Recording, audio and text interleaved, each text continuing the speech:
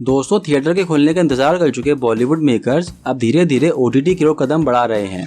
बॉलीवुड की उम्मीदों को इस समय कोरोना नाम की महामारी ने तोड़ के रख दिया है। यही वजह है कि इस पैंडेमिक के दौरान कई बड़े प्रोजेक्ट अलग अलग OTT प्लेटफॉर्म पे स्ट्रीम किए गए और अब ये सिलसिला आगे भी जारी दिख रहा है। लेकिन दिलचस्प बात OTT प्लेटफॉर्म पर कंटेंट का बढ़ना नहीं है, बल्कि OTT प्लेटफॉर्म्स के बीच होड़ है। डिज्नी प्लस, हॉटस्टार और अमेजन प्राइम वीडियो में तो ये कंपटीशन अब दिखने भी लगी है।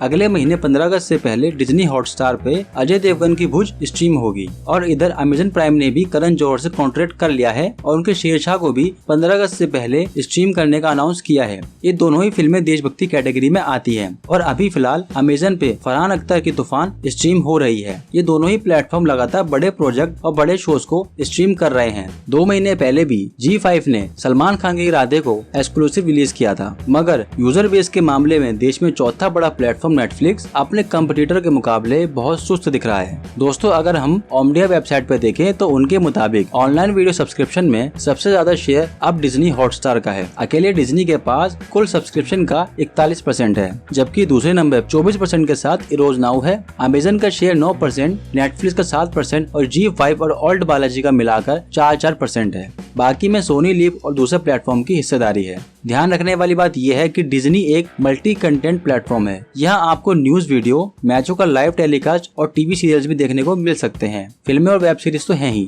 जबकि अमेजन और नेटफ्लिक्स जैसे प्लेटफॉर्म पे आपको ऐसे कंटेंट देखने को नहीं मिलते। यहाँ आपको मेनली फिल्म, वेब शोज और डॉक्यूमेंट्री जैसे कंटेंट ही नजर आते हैं। इन सब में ध्यान देने वाली बात यह है कि डिज्नी का यूजर बेस दरअसल अब ऐसे ही नहीं बढ़ गया। किसी भी OTT प्लेटफॉर्म पे 2 तरह का कंटेंट होता है। एक तो किसी फिल्म या शो का डिजिटल राइट खरीद कर और दूसरे उसको एक्सक्लूसिव कंटेंट के जरिए स्ट्रीम करके, यानी ऐसा कंटेंट जो किसी दूसरे प्लेटफॉर्म या दूसरे सोर्स पे आपको नहीं मिल सकता। OTT प्लेटफॉर्म पे यूजर बेस बढ़वाने में टेलीकॉम कंपनियों के प्लान के अलावा उनके एक्सक्लूसिव कंटेंट का भी एक अहम रोल होता है। थिएटर बंद होने के बाद अमेजन और डिज्नी ने अपने प्लेटफॉर्म पे कई बड़ी फिल्मों को रिलीज किया है। यही वजह है कि कोरोना के दौर में भी डिज्नी ने जबरदस्त ग्रोथ हासिल की। अप्रैल 2020 में डिज्नी का सब्सक्रिप्शन बेस 8 मिलियन था, जो 2020 के आखिरी महीने तक 25 मिलियन के पास पहुंच गया है, जबकि नेटफ्लिक्स 2019 में 2.4 मिलियन से 4.4 मिलियन तक ही पहुंच पाया है। गौर करने वाली बात यह है कि कंपटीटर्स के कंपैरिजन में 2 साल पहले नेटफ्लिक्स इन सबसे ज्यादा अटैकिंग नजर आता था। कुछ हफ्तों पहले एक रिपोर्ट की माने तो नेटफ्लिक्स का यूजर बेस अब नीचे की ओर जा रहा है और ये ग्लोबली ट्रेंड है, यानी सिर्फ इंडिया में नहीं बल्कि दुनिया भर में नेटफ्लिक्स का यूजर बेस धीरे धीरे कम हो रहा है। अमेरिका में ही साल भर के अंदर नेटफ्लिक्स के सब्सक्राइबर 31% कम हुए हैं। औरों के मुकाबले नेटफ्लिक्स के पास पॉपुलर हिंदी कंटेंट की रेंज वैसे भी नहीं है, जबकि पिछले कुछ महीनों के अंदर